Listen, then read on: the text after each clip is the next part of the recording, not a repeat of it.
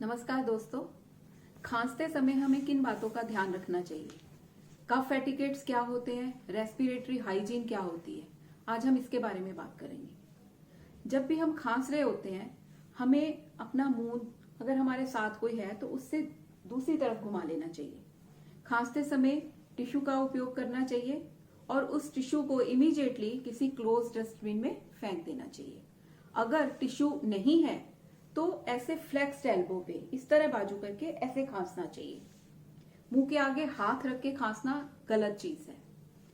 और इमीडिएटली खांसने के बाद जब हम टिश्यू को डस्टबिन में फेंक देते हैं, अपने हाथ सोप एंड वाटर से या अल्कोहल बेस्ड हैंड रब से साफ करने हैं और पब्लिक प्लेसेस में थूकने से बचना है। Thank you.